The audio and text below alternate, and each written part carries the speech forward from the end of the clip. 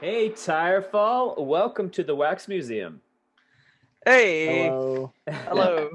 For those of you that don't know, my son Zandy is in a band with two of his friends, Nathan and Jello, and they released their debut album, Jaywalk. It's been a long process. It's been like 3 years, I believe, Yeah. but Yep. it's done.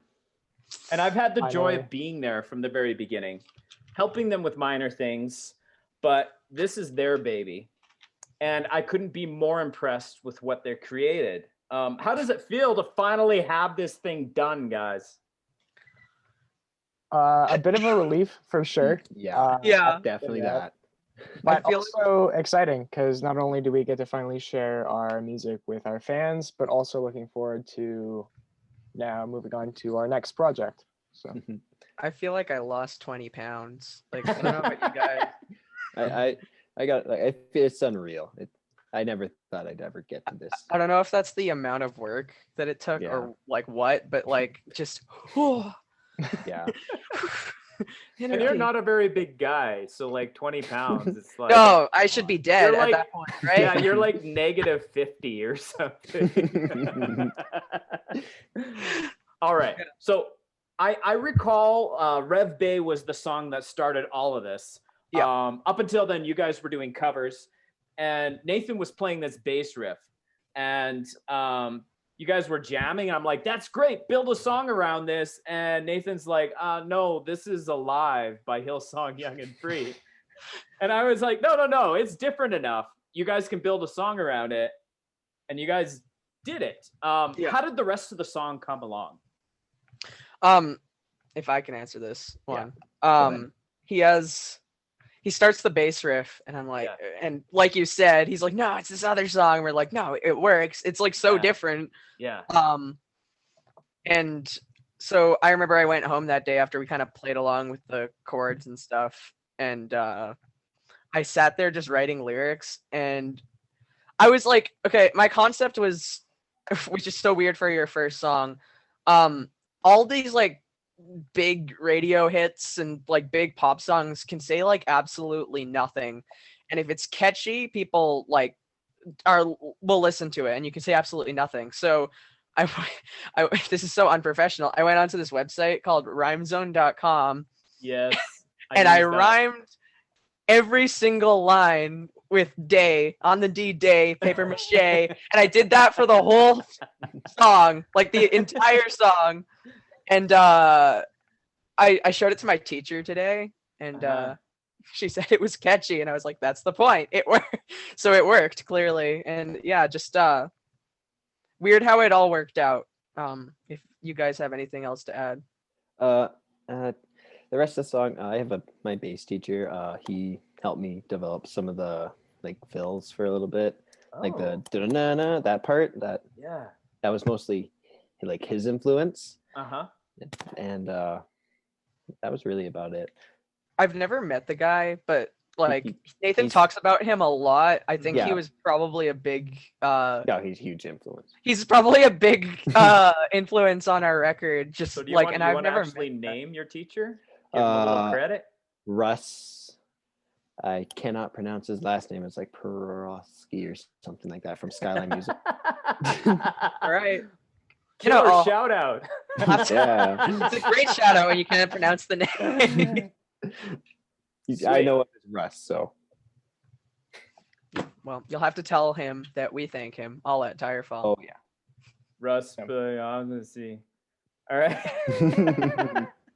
You just gotta like my rule is pronounce it with confidence, right? And I did that, and I was talking about a book in my last podcast episode, and I miffed her name every time. And I was listening to it, and I'm like, and I'm planning on maybe having the author on eventually. Oh and I my was God. like, okay, pronouncing it with confidence is not gonna cut it when you actually have the author on your podcast. Yeah. So I went through and re-edited the podcast to change the pronunciation each time. So You, like, that rule ad-libbed doesn't always it? work, I guess. Okay. So I think the next song you guys wrote was Sober Dreamer. And I know Zandy had this riff for a while. Yeah. I wrote some depressing political lyrics to this like Nirvana sounding melody he had come up with. Then he decided it wasn't working and rewrote it into something completely personal and so much better. Tell me about the song, Zandy. That song went through a lot of rewrites because there was always some about something different to me. But what it ultimately came down to in writing the album was sobriety, and it's like kind of just an umbrella term, I feel, for like every kind of sobriety. People, our album specifically is towards like teenagers, so like but like, you know, it can go towards anyone, like sobriety. So like for me it was self-harm, if you can, trigger warning or whatever. But yeah, so that was something I was dealing with, and so that's what I wrote it about. But I think it's a bit more than that. I think it's sobriety in general, and like it's kind of like an anthem for people who are fighting for sobriety every single day, because I know that's a huge thing, especially as a teenager, that we all deal with it at a certain degree, whatever the problem ends up being. So that would be my answer for that. Nice. Okay, so Jello, the drums on that are unbelievable.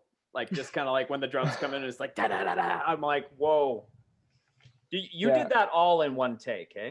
Yeah, actually, well, most of the drum tracks for all the songs are all done in one take. So that one though, because of how long we've been playing it, I think I got that one, and I think that was one of the quickest ones to record. Actually, probably. I think it was like 2 or 3 takes, and I was done.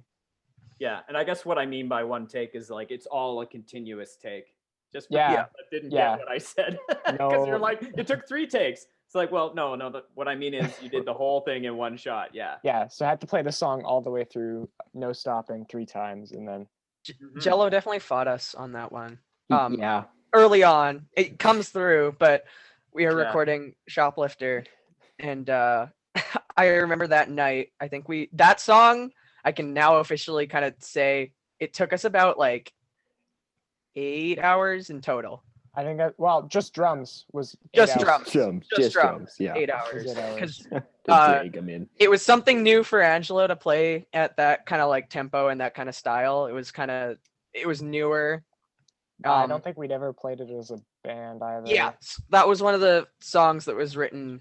That's one of 2 that was written.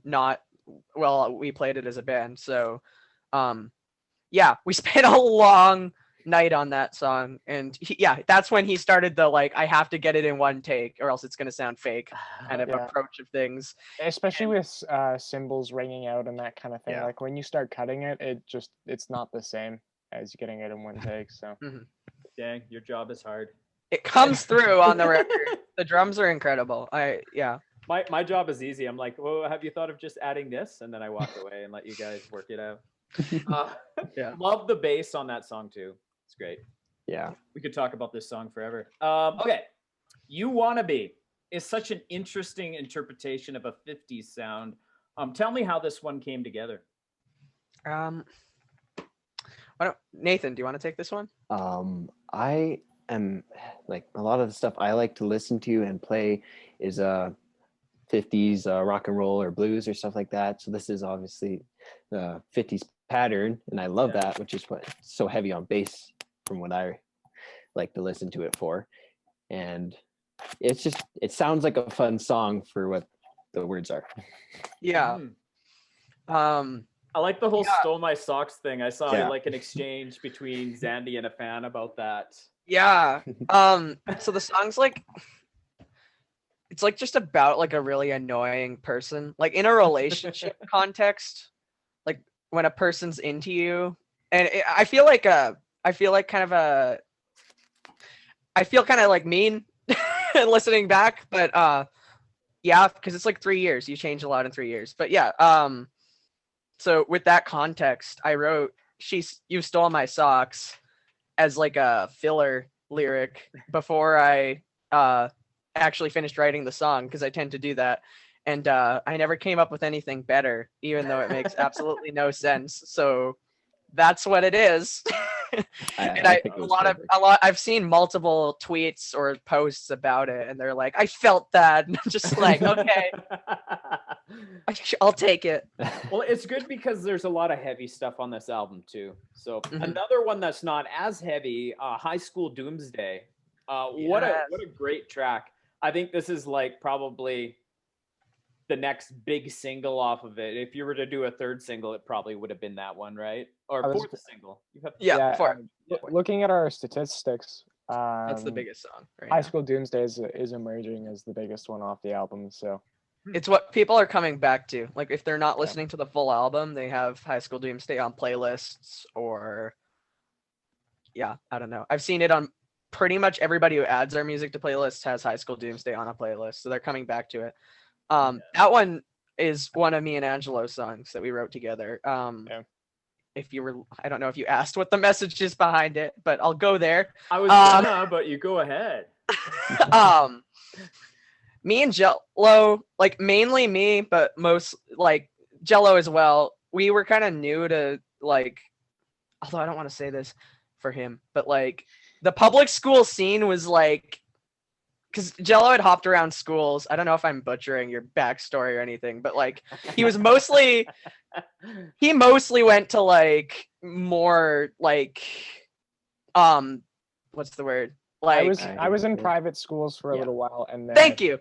Public schools for a year or two, and then went back into private school, and then high school was. So we were new to the public school scene and kind of thing. So and I came from a like sheltered religious school, so there wasn't much happening in there of that level. So we go into high school, and there's like people making out against the lockers, and like you hear like Stacy had sex with Jerry in the high school washroom, and you hear all this stuff. Wait, what? And we're just like I don't know, like and like like that's just high school. all this stuff in like high school, and it was just kind of like I don't know, it was kind of like a weird experience going in, because like me and Jello were like pretty like sheltered, at least our school experiences for the most part.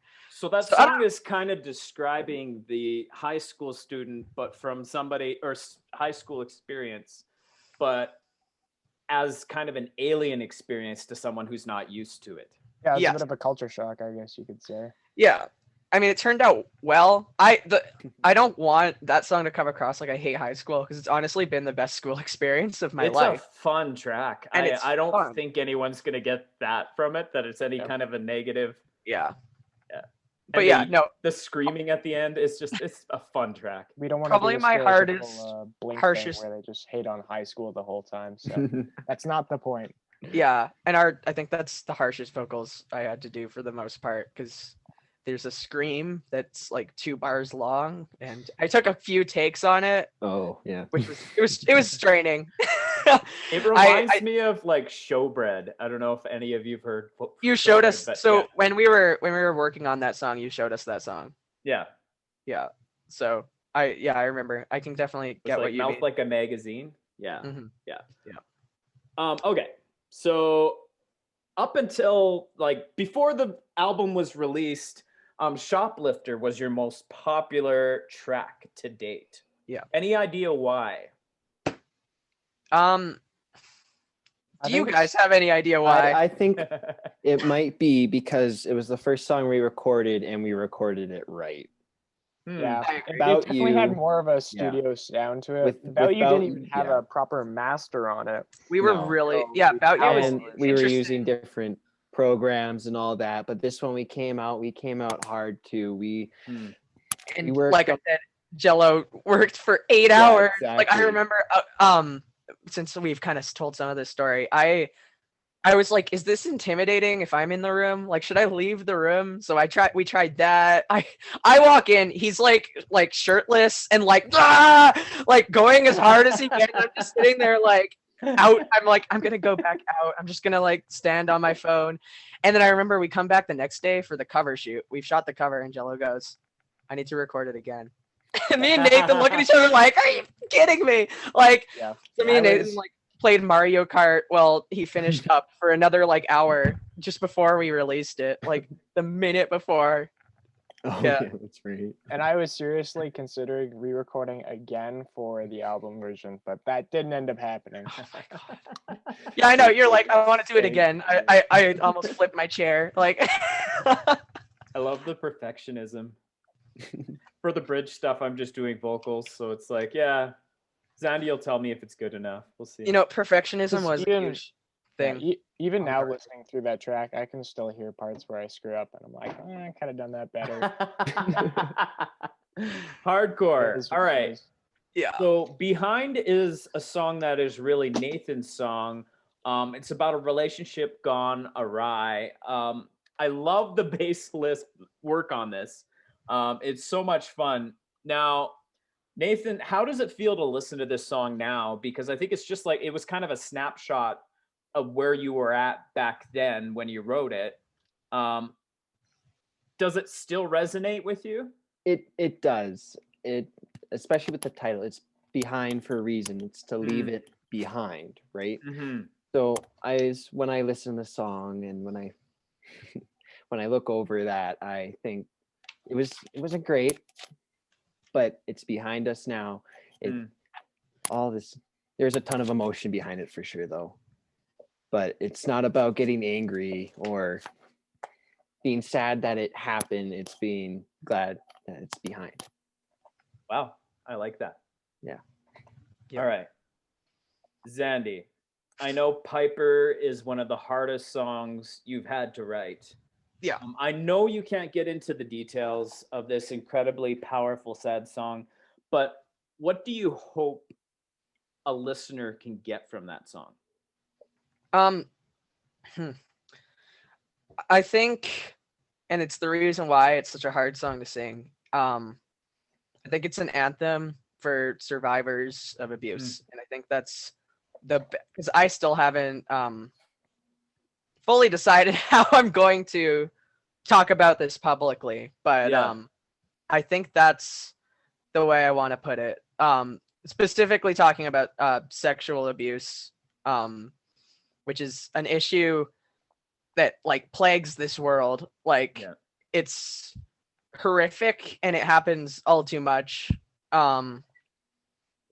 Like I have friends, lots of them, like a staggering statistic of friends who have been either harassed or assaulted. And I don't think, I mean, not that anyone thinks that's okay, but I don't think that's okay. And I wrote the song on a really, really hard day. I came home from school early and I'm like, no, I need to drop the vocals for this song. And I got them finished. The song was written, like, I think it was in that weird period after our first concert. We kind of just like stopped playing together for a bit. We kind of burnt out, and it's like the only thing that I really got done in that period was writing that song. But it went through a lot of work considering the subject matter, because it's the song that means the most to me on the record. And me and Jello, at least, and kind of Nathan, say it's our favorite song off the record, I think. Yeah. I mean, I don't even know the full story, and I don't think Nathan does either behind the song. But even without knowing the full story, there's just so much emotion and power behind it that it just hits way harder than any of the other songs we've written. So that chorus and that kind of the high vocals on it, it's just, it makes it, almost brings tears to my eyes every time to hear that. So I love that you followed it up with Runaway, because that song just sticks in my head and it's so light. It's a nice break from the heaviness of Piper. I know it's got some references to Mario Kart.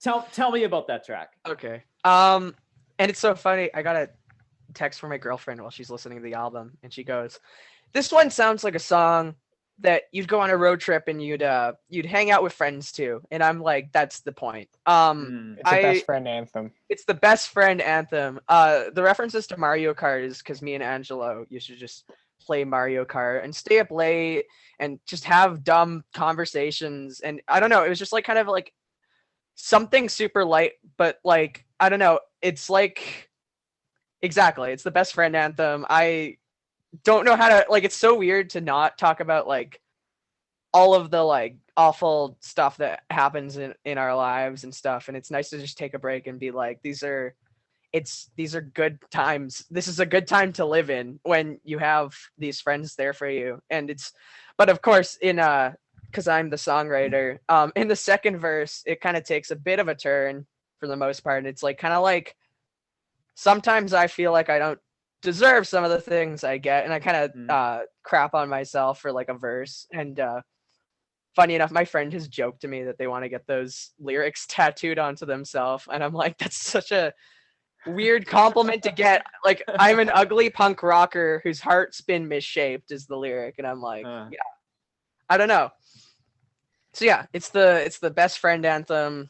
I was telling Jello when it was finished, I was like, this is gonna be the song of the summer, and we released it in April. So yeah. All right. About You is Jello's song. Such a fun track. Love the sample of Leon at the beginning. Nice smudge. We've talked about smudges where it's like a mistake that you make that becomes part of your art piece and makes it unique. It's actually why we call our record company Air Smudge, right? But nice smudge where he says punk popper initially. He refused to say it. We're like, say Zandy is a punk rocker, and he would like not say it, and then he finally says it, except he says Angelo. And I had that voice memo on my phone for like years, and then I was like, hey, this'll work. That's so the intro. Good. And it's kind of iconic now. So it totally is. Our fans are referred to as punk poppers. Yeah, because of one tweet. I think that's what we're gonna call them from now on. It just works, and yeah. So tell me about this track, Jello. It's a song about I guess looking forward to the future in a relationship. I guess whether that be a friendship or a much more intimate relationship. It was about one particular girl a while ago that has turned out differently, but it's just, it's kind of a love song from elementary almost. It's kind of weird. It's like, you're still young, but you're looking forward to the future in a relationship kind of thing. Yeah. So it's that expectation. I like that. Yeah. All right. I still think Mama's my favorite track. I was there when Zandy wanted to end his life, and I'm glad that he's here with us. We're all glad. Needs you. Yeah, we are. I need you, Zandy. Don't make me cry during the interview, guys. The song breaks my heart every time. Now, what is your hope with this very personal song you wrote? I hope it reaches people and makes them, because I think it's not obviously true, but I think when you get to that state, you feel like you're the only one who's gone through it, and like it's nice to know that you're not alone. So there's that, and there's telling of an experience, and bringing awareness to an issue that, well, we're making great strides on. It's still not the suicide rate in Canada is, or just in the world in general, is like much too high. Like, it's I don't have it. I should have brought a statistic with me, but it's especially again amongst teenagers, which is what Jaywalk is all around. Yeah. Teenagers have to deal with a lot. The minute you're thrust into like adulthood like that, it's like you're getting all of the privileges without any of the, or getting all of like the negative side without any of the positives. You're still stuck in your mom's basement, but you have to learn how to adult properly. And I think that takes a toll on a lot of people. Yeah. So I think it's important to bring up awareness to issues like this, and to make people feel like they're not alone is the big one. And also just to tell a story, because it's good for me to get that kind of stuff off of my chest. For I've sure. always found vulnerability very inspiring, because when you're vulnerable, you inspire other people to be vulnerable, and it's a brave thing to do. And so, And you guys are openness brave. is I a love great it. part of these things. It's where things get better when you can be open about it. And yeah. Yeah. All right. So the closer. If I had time. This one's about a special someone. I guess you did actually get a chance to tell her what you thought of her. Tell me what you think of her. Well, I think that the thing about that song is, in a relationship, there's a lot of waiting periods, which is such a weird thing to write about in a love song. I don't hear that often anyways, but it's all about waiting periods. And there are several. When I met her, Iris, I knew that like I wanted to obviously be with her, but I was like, well, like I said, I was an ugly punk rocker whose heart had been misshaped. So I was like, I'm gonna wait on this one. Just 2 weeks. Give me 2 weeks to actually, get to know the person. And I remember how pissed she was. Essentially, she's just like, no, just ask me out. Just do it. Like, it's fine. But no, I'm like, I'm gonna wait 2 weeks. So it's been 2 weeks now for so long line.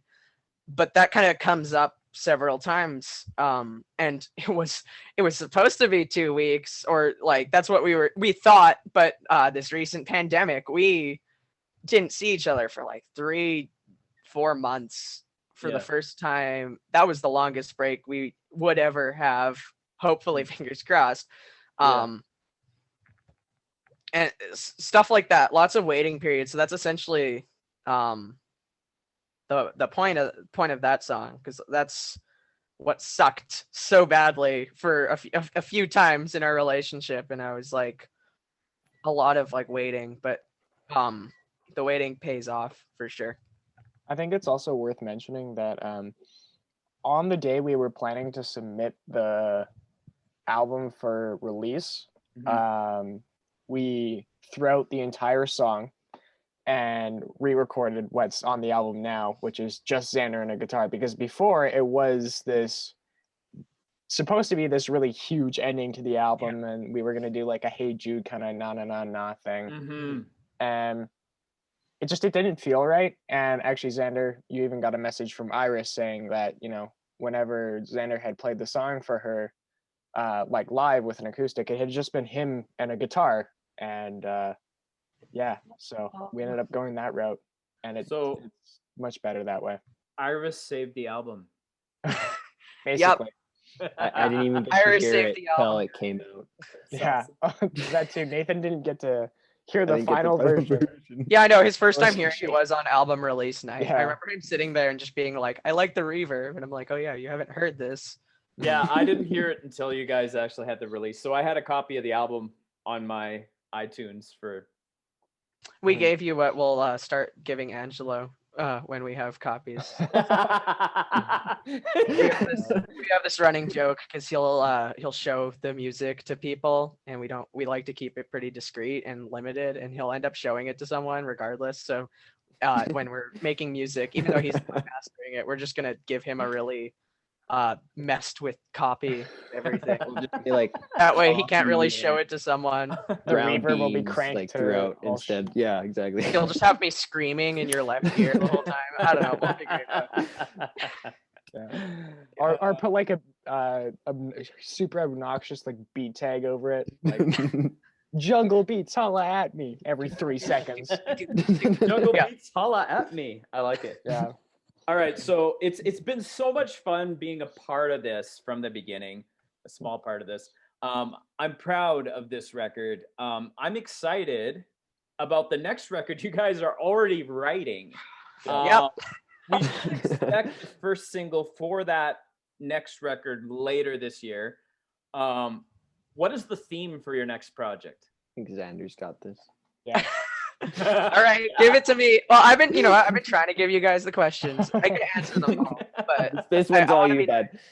But yeah, no, this one is me. Yeah, no, I can say this.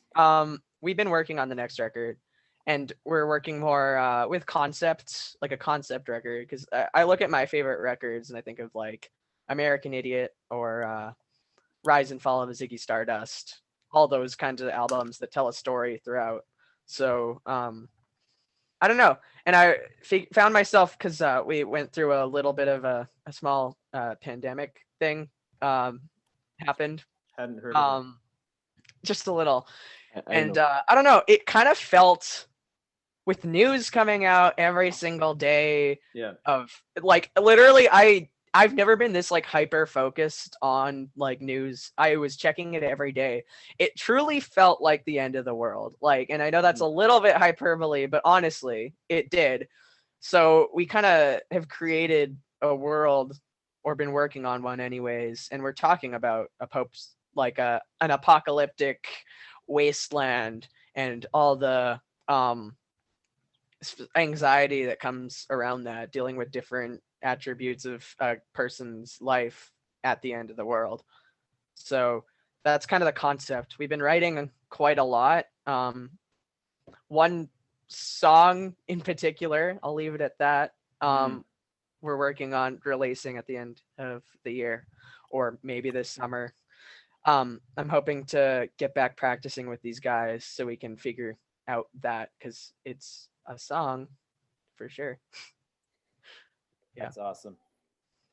Well, thanks for coming on, guys. I'm a huge fan, and I'm honored to be a part of this. What's the best way for my listeners to get in contact with you and listen to the album? We're on all like major platforms and minor platforms that I didn't know existed until we posted them on there, like Deezer or I love Deezer. Yeah. Deezer, Spotify, Apple Music, SoundCloud, which I think is free. YouTube. So that's Tirefall. That's the words tire and fall, and it's in all caps, but I don't think that matters. And then, for our fun social media antics, there's a beautiful video of Nathan singing Katy Perry's Firework on our Instagram, which is also just Tirefall. Twitter is Tirefall Band. Tirefall. Or did we change that? I can't remember. It's Tirefall Band, because we got we got banned from being just ourselves, because I decided to change our birthday to Twitter thought we were 2 years old. Oh, I see. He changed it to the band's like forming anniversary, which is only like 2 or 3 years ago. So and it's like, you're 3 years old, you can't have a Twitter account, stupid. So we're kind of Twitter's on to something. I mean, in like 10 years we can have our name back. Well, look at that. You just gotta wait it out. We won't be able to say anything bad on it though.